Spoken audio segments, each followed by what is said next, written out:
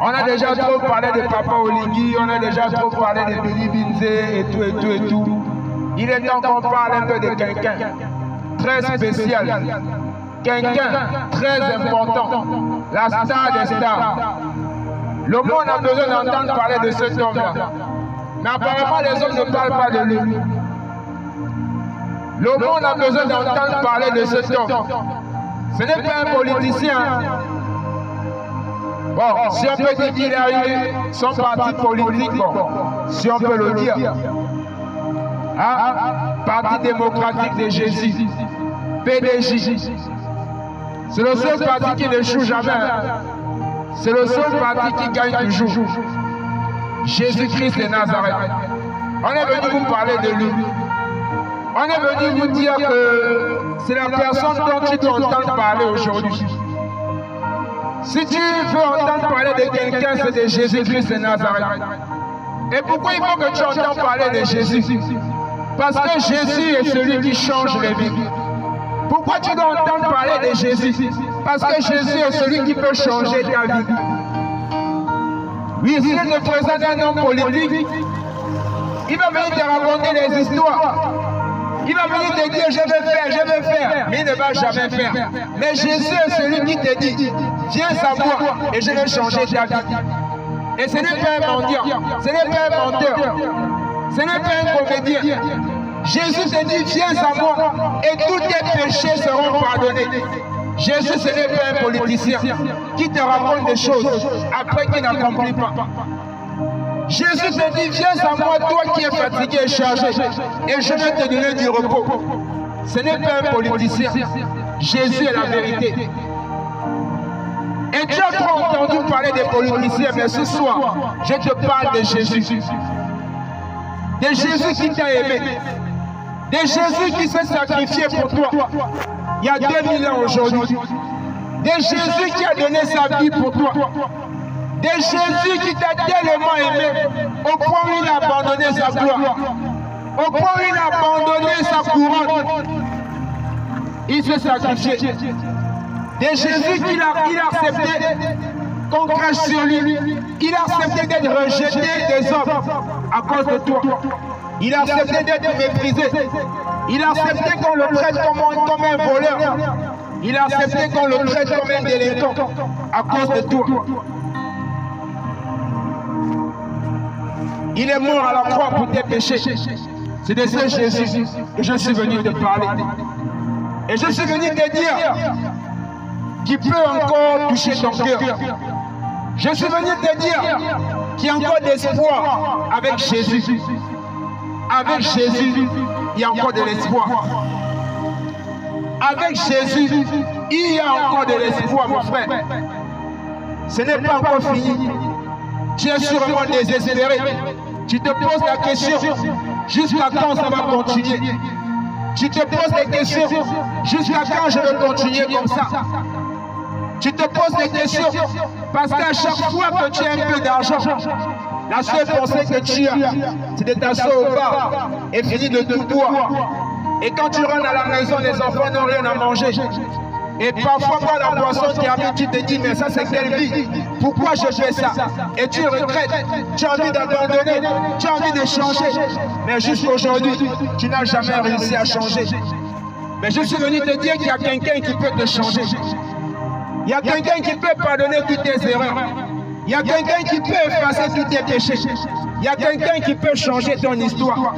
Partout où tu passes, on se moque de toi. On dit voilà encore ce papa infidèle. Voilà encore ce mari irresponsable. Mais Jésus peut faire de toi un mari responsable. Jésus peut faire de toi un mari fidèle.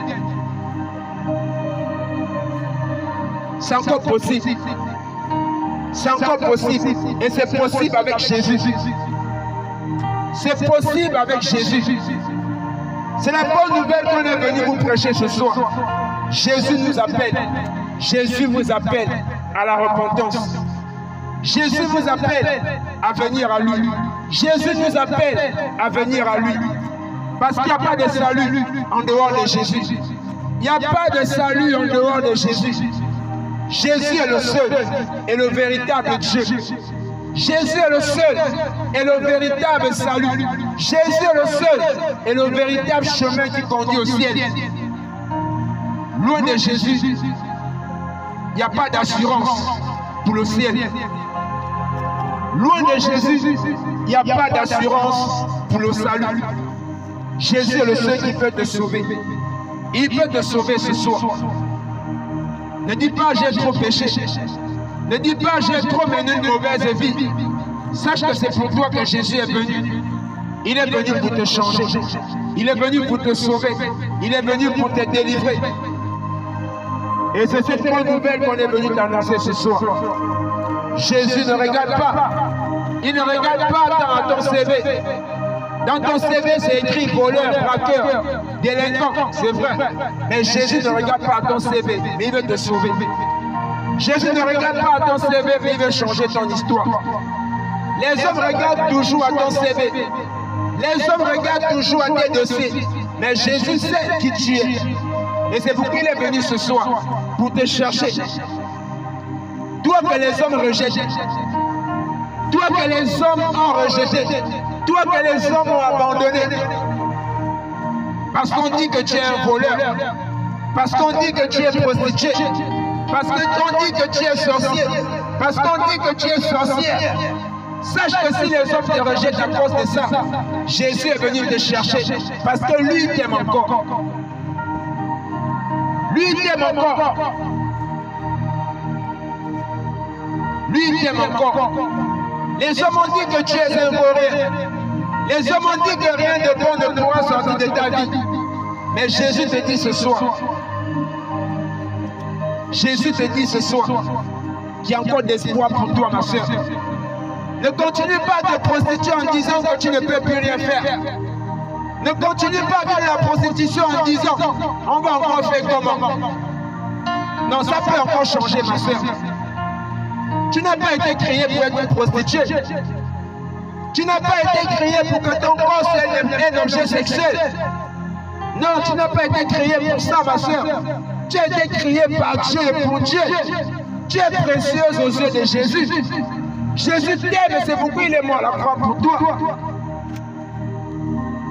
Non, ne dis pas qu'on va encore faire comment. Ne dis pas non, si je ne me prostitue pas, comment mes enfants vont manger. Jésus peut prendre soin de tes enfants, ma soeur. Ne dis pas si je ne vends pas mon corps, comment je vais manger? Comment je vais avoir la crème? Jésus peut payer ta crème, ma soeur. Jésus peut te donner à manger. Oui, c'est encore possible avec Jésus. Tu me diras comment Jésus va faire? Comment Jésus va faire pour me nourrir? Comment il va faire pour payer ma crème? Jésus te dit, sors du concubinage et tu raisonnes avec Dieu. Et tu dis à Dieu, mais c'est le seul homme qui prend soin de moi. Donc tu préfères laisser un homme prendre soin de toi et mourir, aller en enfer. Donc tu préfères garder un homme qui te fait pécher et après ta mort finit en enfer. Et c'est pourquoi la Bible va dire qu'à quoi servira-t-il à un homme de gagner le monde et de perdre son âme à la suite? Jésus peut prendre soin de toi. Jésus peut prendre soin de toi. Parce qu'aujourd'hui, Jésus prend soin de moi. Jésus s'occupe de moi, mes amis. Je n'ai plus besoin de voler pour manger comme autrefois. Je n'ai plus besoin d'aller voler mes parents pour manger. Jésus prend soin de moi.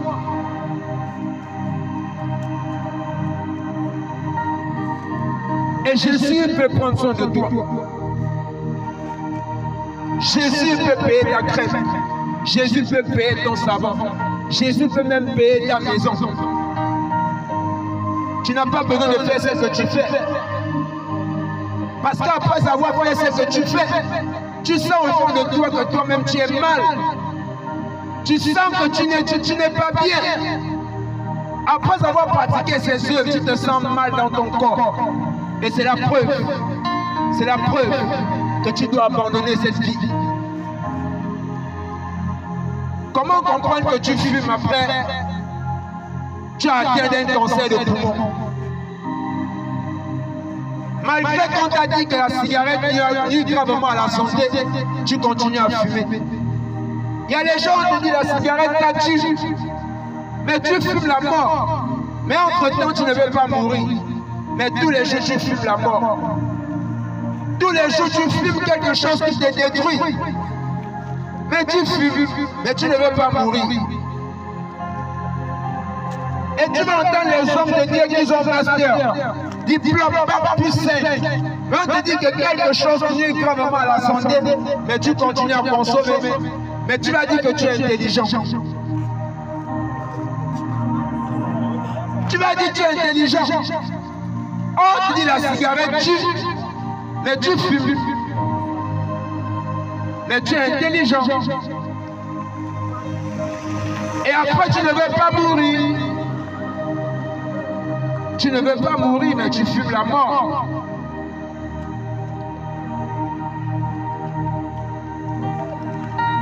Et c'est ça les êtres humains aujourd'hui. Aujourd'hui, on voit des hommes à cause du péché. On voit ça que les hommes font.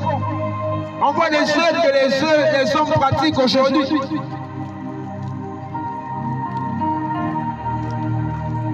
On voit des hommes qui se marient entre eux. Deux personnes de même sexe qui se marient. On voit un homme et un homme qui couchent ensemble. On voit une femme et une femme qui vont ensemble. Mais malgré ça, l'homme est intelligent. Et même ce que les animaux ne font pas, nous on fait cela. Les animaux n'ont pas bac plus 5. Les animaux n'ont pas les diplômes. Mais il y a des choses que les animaux ne font pas.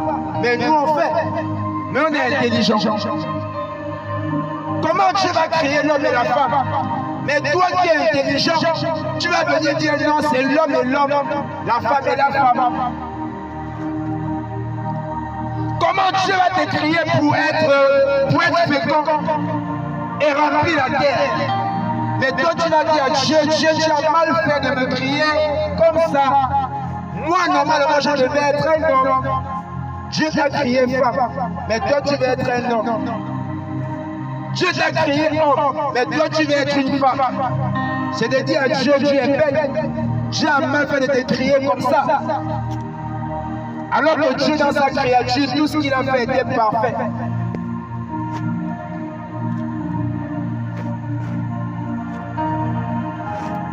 On voit les gens qui se livrent au LGBT. On voit ces œuvres aujourd'hui. On voit l'abomination qui ne fait que grandir. Et ça devient de plus en plus normal. De voir un homme qui couche avec un homme. De voir un homme qui marche comme une femme. Ça devient normal. De voir une femme qui marche comme un homme. Ça devient normal. Pourquoi? Parce que le péché est en train d'aveugler le cœur de l'homme. Mes amis, Dieu n'a pas créé l'homme et l'homme, Dieu a créé l'homme et la femme. Et Dieu va dire l'homme quittera son père et sa mère et s'attachera à sa femme, pas à son homme, mais à sa femme. Mais les hommes ont dit non, Dieu, ce que Dieu a dit là c'est faux. Non, l'homme quittera son père et sa mère et s'attachera à son homme. Abomination. Je vous dis la vérité, ces œuvres sont des œuvres qui nous éloignent de Dieu. Et si tu ne sors pas de là et que la mort te surprend dans ces œuvres, ce n'est pas le paradis qui t'attend.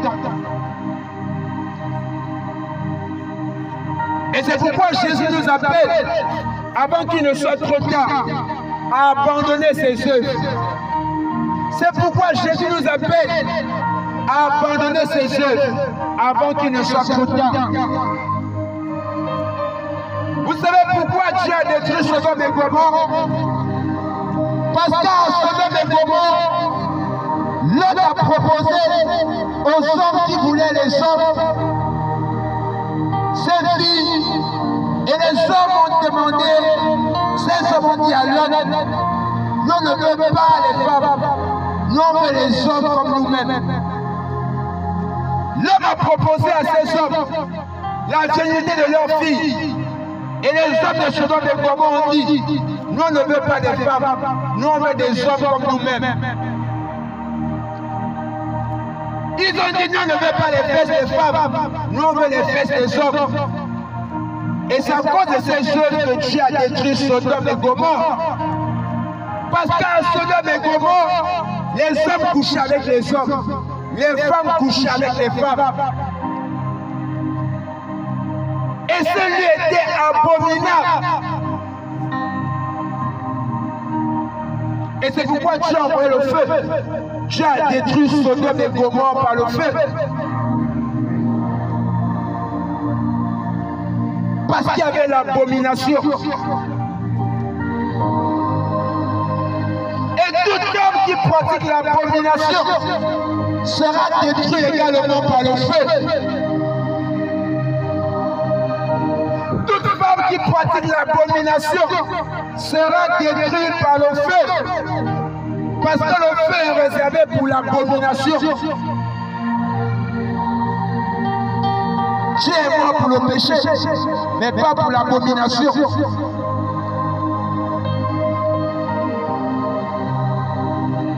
Et c'est ça ces œuvres aujourd'hui. Dans nos lycées, ça se pratique. Dans nos collèges, on voit des filles qui couchent avec des filles. On voit des hommes qui flottent avec des hommes. On se pose la question, où va le monde? Et c'est devenu normal. Et je vous assure, tout homme qui pratique ces œuvres sera détruit. À moins que tu puisses te repentir. À moins que tu te tournes vers Jésus et que tu abandonnes ces œuvres. Toute nation qui vote ces lois sera détruite. Toute ville qui vote ces lois sera détruite. Et c'est pourquoi nous devons sortir de ces œuvres. Nous devons revenir à Jésus. Nous devons revenir à Jésus avant qu'il ne soit trop tard. Avant qu'il ne soit trop tard. Jésus vous appelle. Jésus vous appelle. Jésus nous appelle. Jésus vous aime. Jésus nous aime. L'heure est à la repentance. Demain peut être trop tard. Prends la décision ce soir. Prends la décision maintenant de confier ta vie à Jésus. Prends la décision maintenant d'accepter Jésus dans ton cœur. Prends la décision maintenant d'inviter Jésus dans ta vie. Avant qu'il ne soit trop tard. Il t'aime, il t'appelle ce soir. Tu peux te coucher cette nuit et ne pas te réveiller demain matin. Tu peux t'allonger ce soir et demain te retrouver à la Gabossette. Mais que diras-tu à Dieu si tu mourrais ce soir? Où irait ton âme si la mort t'appelait ce soir? Où passerais-tu l'éternité si tu mourrais cette nuit? Est-ce que tu es en paix avec Jésus? Est-ce que tu as accepté Jésus dans ta vie? Est-ce que Jésus est le maître de ta vie? Est-ce que Jésus est le maître de ton cœur? Ne meurs pas sans Jésus. Ne quitte pas ce monde sans Jésus. Car il est réservé à tout homme de mourir qu'une seule fois. Et après la mort vient le jugement. Ne meurs pas sans Jésus, mon frère. Ne meurs pas sans Jésus, ma soeur. Ne meurs pas sans Jésus, papa. Ne meurs pas sans Jésus, maman. Parce que mourir sans Jésus, c'est la plus grosse bêtise qu'un homme puisse faire dans sa vie. Mourir sans Jésus, c'est la plus grosse bêtise qu'un homme puisse faire dans sa vie. Ne meurs pas sans Jésus. Ne meurs pas sans Jésus. Refuse de mourir sans accepter Jésus dans ta vie. Parce que mourir sans Jésus, c'est l'enfer éternel. Et mourir avec Jésus, c'est la vie éternelle. Ne meurs pas sans Jésus. Jésus t'appelle. Jésus t'aime. Jésus veut te sauver. Jésus t'appelle. Jésus t'aime. Jésus veut te sauver. Que celui qui a des oreilles pour entendre, qu'il entende. Que le Seigneur vous bénisse abondamment. Amen.